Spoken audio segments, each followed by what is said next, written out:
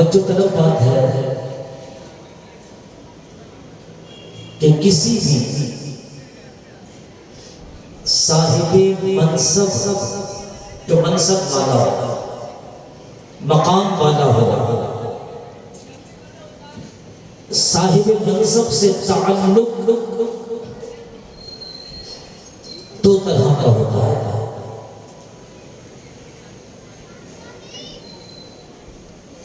ایک ذاتی تعلق اور دوسرا تربیتی تعلق، تعلیمی تعلق۔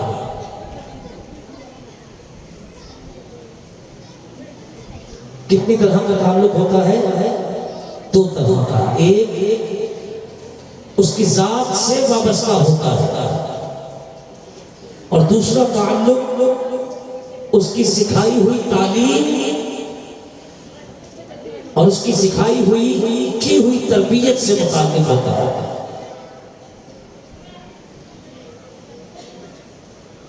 لیکن ان دونوں کے اندر اصل تعلق وہ ذاتی ہوتا ہے۔ تربیتی اور تعلیمی جو تعلق ہوتا ہے وہ ذاتی تعلق کی فرع ہوتی ہے، قسم ہوتی ہے، اس کا درجہ بعد میں ہے۔ ذاتی تعلق کا درجہ اونچا، اس کو ایسے سمجھیے کہ عقیدہ پہلے ہے، عمل بعد میں ہے۔ دونوں ہی اسلامی چیزیں ہیں، عقیدہ بھی ہو، عمل بھی ہو، لیکن عقیدے کا تعلق پہلے ہے، عقیدے کا مقام پہلے ہے اور عمل کا تعلق بعد میں ہے۔ اس لیے عقیدہ اصل ہوا اور عمل اس کی فرع ہوا، تعلق دونوں ہے، لیکن ایک اصل ہے، دوسری فرع ہے۔ اسی طرح صاحب منصب سے تعلق ایک ذاتی ہے اور ایک تعلیمی اور تربیتی ہے۔ ذات سے جو تعلق ہے وہ اصل ہے اور جو اس نے سکھایا ہے، تعلیم دی ہے، تربیت کی ہے، اس تعلیم و تربیت پر عمل کا جو تعلق ہے یہ دوسرا تعلق ہے جو کہ اصل کی فرع۔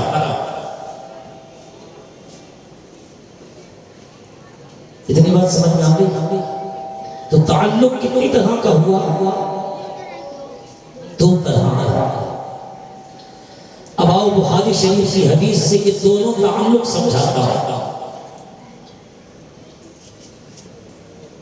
بخاری شریف کے اندر بھی یہ حدیث ہے، مسلم شریف کے اندر بھی یہ حدیث ہے، ترمذی شریف کے اندر بھی یہ حدیث ہے، ابو داؤد شریف کے اندر بھی یہ حدیث ہے، نسائی شریف کے اندر بھی یہ حدیث ہے اور بہت سی کتب احادیث کے اندر یہ روایت موجود ہے۔ توجہ چاہتا میرے آقا کریم علیہ السلام مسجد نبوی میں تشریف فرما ہے، صحابہ کی جھرمٹ میں بیٹھے ہیں، حضور صحابہ کی جھرمٹ میں ایسے بیٹھے ہیں جیسے 14ویں کا چاند ستاروں کے درمیان موجود ہوتا ہے۔ میرا عشق کہتا ہے شاید میں غلط کہہ چکا ہوں، میرا عشق کہتا ہے شاید میں غلط کہہ چکا ہوں۔ میں نے کیا کہا؟ حضور صحابہ کے درمیان اس طرح تشریف فرما ہے کہ جس طرح 14ویں کا چاند ستاروں کی جھرمٹ کے اندر موجود ہوتا ہے۔ میں نے کہا شاید میں غلط کہہ چکا ہوں۔ کیوں؟ شاعر کہتا ہے چاند کی طرح ان کو چاند کی طرح ان کو مجرم ہے چاند کی طرح ان کو ہم کہیں تو مجرم ہے کیوں کیونکہ ان کی چوکھٹ پر وہ چاند خود سواری ہے کیونکہ ان کی چوکھٹ پر چاند خود سواری ہے بچپن میں اپنے مہد میں ہے جھولے میں ہے تو آقا اپنی انگلی جہاں جہاں لے جاتے ہیں یہ چاند آپ کے اشارے سے گھومتا ہے کیونکہ ان کی چوکھٹ پر چاند خود سواری ہے اور جب مصطفیٰ کریم علیہ السلام جوانی کے عالم میں ہے اور ابو جہل آ کر کہتا ہے اگر چاند کے دو ٹکڑے کر کے دکھا دو تو میں ایمان لے آؤں گا مصطفیٰ کریم اپنی شہادت کی انگلی اس چاند کی طرف لے جاتے ہیں اور اس کا سینہ اس انگلی سے چاک کر کے بتا دیتے ہیں کہ چاند کی طرح ان کو ہم کہیں تو مجرم ہے کیونکہ ان کی چوکھٹ پر چاند خود سواری ہے باہر کہتے سمجھانے کے لیے تو کچھ نہ کچھ بولنا ہوگا نا کیونکہ ہم چاند ہی کو جانتے ہیں اس لیے سمجھنے سمجھانے کے لیے عرض کر رہا ہوں کہ 14ویں کا چاند جیسے ستاروں کے درمیان موجود ہوتا ہے حضور صحابہ کے درمیان موجود ہے حدیث کا مفہوم بخاری شریف مسلم شریف کی حدیث ایک آنے والا آتا ہے اور آ کر حضور کی بارگاہ میں گستاخی کرتا ہے بے ادبی کرتا ہے اور آقا کریم علیہ السلام پر الزام تراشتا ہے مال غنیمت کی تقسیم پر حضور پر الزام تراشتا ہے کہ آپ نے مال غنیمت کی تقسیم درست نہیں کی اور حضور علیہ السلام کی بارگاہ میں سخت جملے کہنے کے بعد حضور کو پیٹھ دے کر چلا جاتا ہے کلمہ پڑھتا ہے کلمہ پڑھتا ہے نمازیں پڑھتا ہے روزے رکھتا ہے زکاتیں دیتا ہے قربانیاں کرتا ہے سب کچھ کرتا ہے بس حضور کی گستاخی کر کے چلا جناب عمر کھڑے ہوئے تلوار نکالی آقا اجازت دیجئے تو ابھی سر درد سے جدا حضور نے فرمایا عمر نہیں رک جاؤ آقا اجازت دیجئے تو اس کا سر درد سے جدا کر دو حضور نے فرمایا ارے اس کی یہ اتنا بدبخت ہے کہ اس کی نسل میں ایک ایسا گروہ بھی آئے گا کہ اے صحابہ تمہیں اپنی نمازیں اس گروہ کی نمازوں کے آگے ہیچ لگیں گی ہلکی محسوس ہوگی وہ ایسی نماز پڑھتا ہوگا اس کی نسل میں وہ نماز پڑھے گا تو ان کو نماز پڑھتا ہوا دیکھو گے تو کہو گے کیا نماز وہ جب قرآن پڑھیں گے تمہیں اپنا قرآن پڑھنا اس گروہ کے قرآن پڑھنے کے مقابلے میں ہلکا لگے گا لیکن مصطفیٰ کریم علیہ السلام نے فرمایا ان کا قرآن پڑھنا ان کے حلق تک ہوگا سینے میں نہیں اترے اور پھر حضور علیہ السلام نے ارشاد فرمایا لیکن وہ دین سے اس طرح نکلے ہوں گے جیسا کہ تیر کمان سے نکلا جاتا ہے مطلب ان کا دین میں کوئی حصہ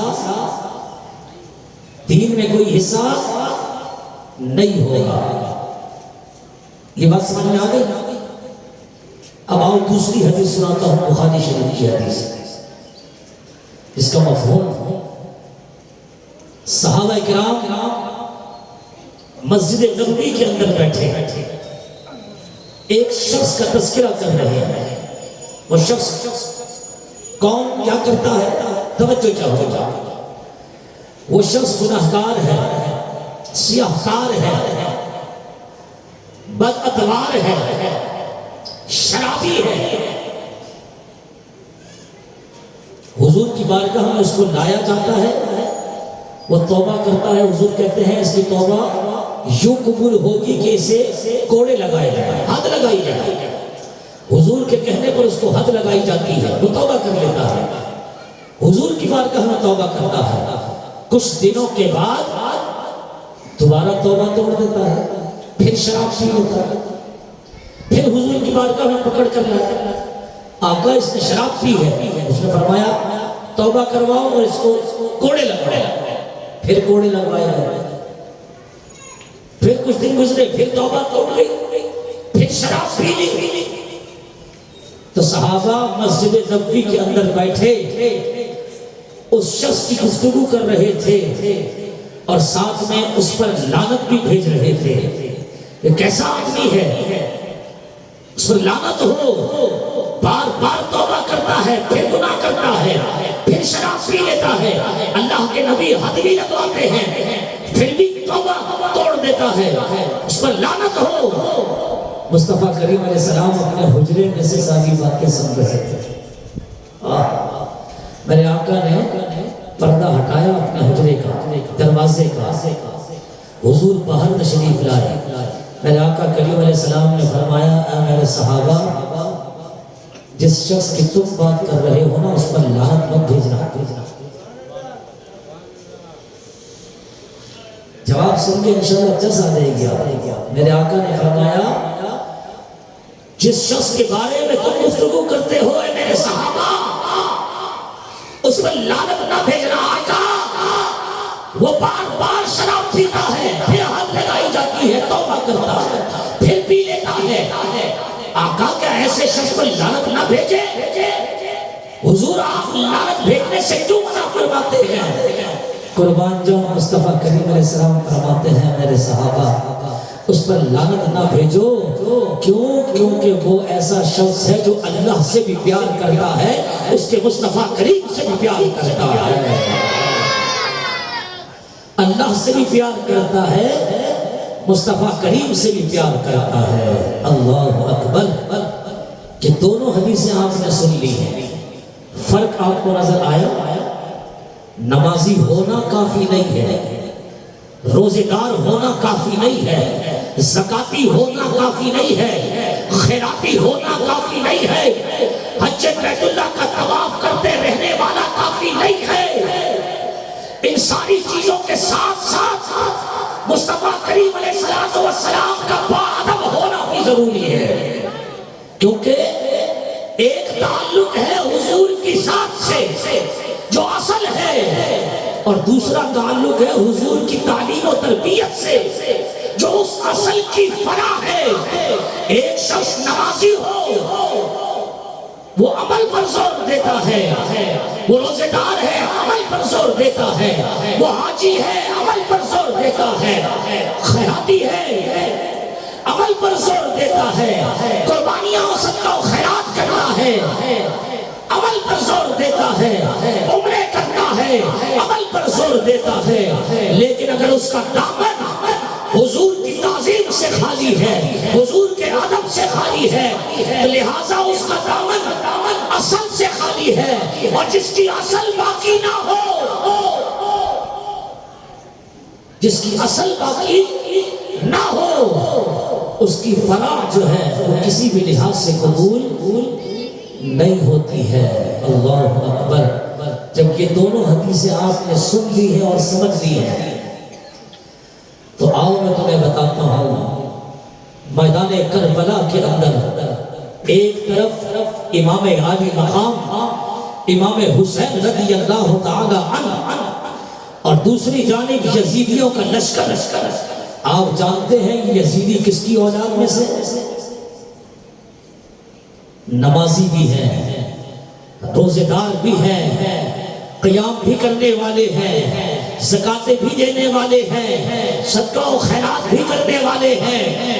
اگر دامن میں کچھ نہیں تو وہ ادب حسین نہیں، اگر دامن میں کچھ نہیں تو وہ امام عالی مقام اور حضور کی آل کا ادب نہیں ہے، اس لیے یہ ساری عبادتیں بیکار ہو جاتی ہیں، کیونکہ اصل یہ تھا اس وقت کہ امام عالی مقام میں دامن سے وابستہ ہو جاؤ، حضور کی امت کی، حضور کے نواسوں کی ذات کا ادب کرو، تعظیم کرو۔ ایسے ایسی حالت میں اگر نمازوں میں سستی بھی ہو گئی، روزوں میں سستی بھی رہ گئی، اصل تعلق اگر باقی ہے تو ذات کا تعلق ہے تو رب ذوالجلال کامیاب فرما دے گا، اور اگر اصل باقی نہ رہی تو پھر یہ جو اعمال تمہارے ہیں وہ سارے کے سارے اکارت ہو جائیں گے، بیکار ہو جائیں گے۔ تو یزیدی ٹولہ جو تھا یہ اسی شخص کی اولاد میں سے تھا جو حضور کی بارگاہ میں آ کر حضور پر الزام لگاتا تھا اور کہتا کہ آپ نے یہ جو تقسیم کی ہے مال غنیمت کی یہ درست نہیں کی ہے۔ تو حضور نے فرمایا تھا کہ ایک گروہ ہوگا، وہ یہی گروہ تھا یزیدیوں کا کہ جو آج نمازی بھی ہیں، قرآن کی تلاوت بھی کرنے والے ہیں، لیکن اگر ان کے پاس کچھ نہیں ہے تو وہ ادب مصطفیٰ نہیں ہے تو وہ ادب اہل بیت نہیں ہے، اگر کچھ نہیں ہے تو وہ ادب آل رسول نہیں ہے۔ ان کے دامن حضور کی تعظیم سے خالی، ان کے وجود سے نبی پاک علیہ السلام کو سوائے اذیت کے اور سوائے تکلیف کے اور کچھ نہ ملا۔ تو میرے دوستوں اور بزرگوں، اصل سلامت ہونی چاہیے، آپ کا اصل تعلق وہ سلامت ہونا چاہیے۔ انسان نافرمان ہو چل جائے گا، نافرمان ہو تو چل جائے گا، لیکن اگر غدار ہو تو کسی لحاظ سے نہیں چل سکتا۔ بابا جی علامہ خادم حسین رضوی کہا کرتے تھے اور تمہاری نافرمانیاں تو قبول ہو جائیں گی، لیکن یہ غور کرنا کہ تم اسلام کے غدار نہ بن جاؤ، کیونکہ غدار کی کسی صورت کے اندر معافی نہیں ہوگی۔ اللہ اکبر۔ حضور علیہ السلام سے پیار اور حضور کی محبت اور حضور کی اہل بیت سے پیار اور حضور کی اہل بیت سے محبت اور آل سے محبت، یاد رکھیں کہ یہ دین کی اصل ہے۔ اگر پہلا تعلق بچانا پڑے تو دوسرے تعلق کو چھوڑنا پڑ جائے تو پھر دوسرے تعلق کو چھوڑ کر پہلا تعلق بچانا ضروری ہوگا۔ بخاری شریف کی حدیث سنا رہا ہوں۔ ایک روز میرے آقا کریم علیہ السلام کسی قبیلے میں تشریف لے گئے، ان کے درمیان آپ نے صلح فرمائی۔ جب واپس آئے نا تو نماز عصر کا وقت ہو چکا تھا، لوگوں نے جناب ابو بکر کو پکڑ کے آگے کر دیا تھا، آپ نماز پڑھا۔ جناب ابو بکر جب نماز پڑھانے کے لیے آگے ہوئے نا، ابھی پہلی ہی رکعت تھی، آپ نے کیا اللہ اکبر اکبر۔ جناب ابو بکر کے پیچھے صحابہ موجود، اقتداء کے اندر اللہ اکبر تکبیر کہی نا، نماز شروع کی تو حضور تشریف لے آئے، پہلی رکعت ہے، حضور تشریف لے آئے، حضور کی خوشبو سب کو محسوس ہونے لگتی ہے۔ میرے آقا جب دروازے سے اندر داخل ہوئے نا، سب سے آخری صف میں، ان صف والوں نے جگہ چھوڑا۔ نماز کی حالت میں آپ چل سکتے ہیں؟ بولو، آپ چل سکتے ہیں نماز میں؟ صحابہ نے جگہ چھوڑ دی، اس سے اگلی صف والوں نے بھی جگہ چھوڑ دی، اس سے اگلی صف والوں نے بھی جگہ چھوڑ دی، وہ سارے کے سارے جگہ چھوڑتے گئے، حتیٰ کہ مصطفیٰ کریم علیہ السلام پہلی صف میں جا پہنچا۔ اب جب پہلی صف میں جا پہنچے نا تو جناب ابو بکر کو حضور کی خوشبو آئی اور صحابہ نے پیچھے سے تصفیہ شروع کر دیا، ہاتھ پر ہاتھ مارنا شروع کر دیا، ایسے ابو بکر کو سمجھانا شروع کر دیا کہ اللہ کے نبی تشریف لے آئے۔ ابو بکر تو اپنی نماز کے اندر گم تھے، خوشبو مصطفیٰ تو آ رہی تھی، ساتھ میں تالیوں کی آواز بھی آنے لگی۔ قربان جاؤں جناب ابو بکر صدیق الٹے پاؤں اپنے امامت کے مقام سے الٹے پاؤں چلتے ہوئے پیچھے آنے لگے۔ میرے مصطفیٰ کریم علیہ السلام نے ہاتھ رکھ کر ابو بکر کو روک دیا۔ مراد یہ تھی اے ابو بکر نماز پڑھاتے رہو، آج میں محمد تمہارے پیچھے کھڑے ہو کر نماز پڑھوں گا۔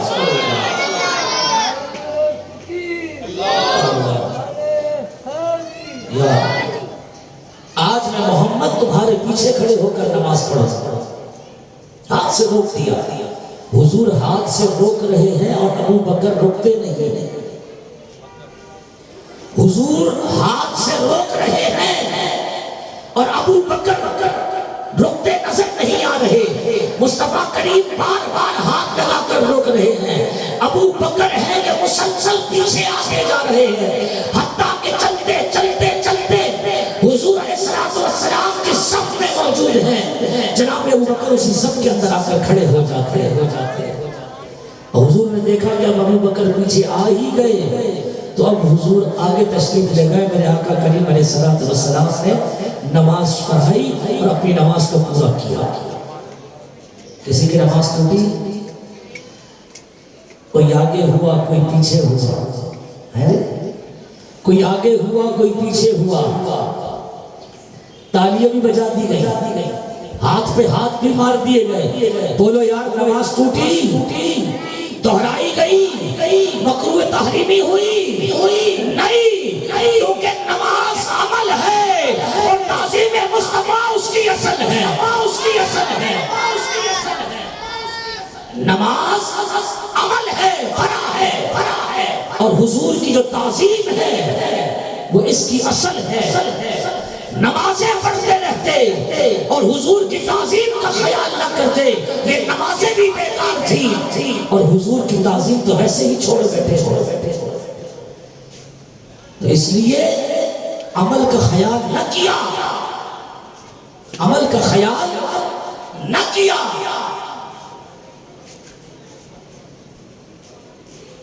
حضور کی تعظیم کا خیال کیا۔ تو دوستو اصل باقی رہنا چاہیے، کیونکہ جو اصل سے ہٹتا ہے وہ غدار کہلاتا ہے۔ عمل میں سستی ہوتی ہے، ہو سکتی ہے۔ رب سے دعا مانگنی چاہیے کہ پروردگار ہمیں باعمل مسلمان بنائے۔ اپنی اصل پر قائم رکھتے ہوئے دعا مانگنی چاہیے، اے پروردگار تو ہمیں اپنی اصل پر قائم فرما۔ اللہ اکبر۔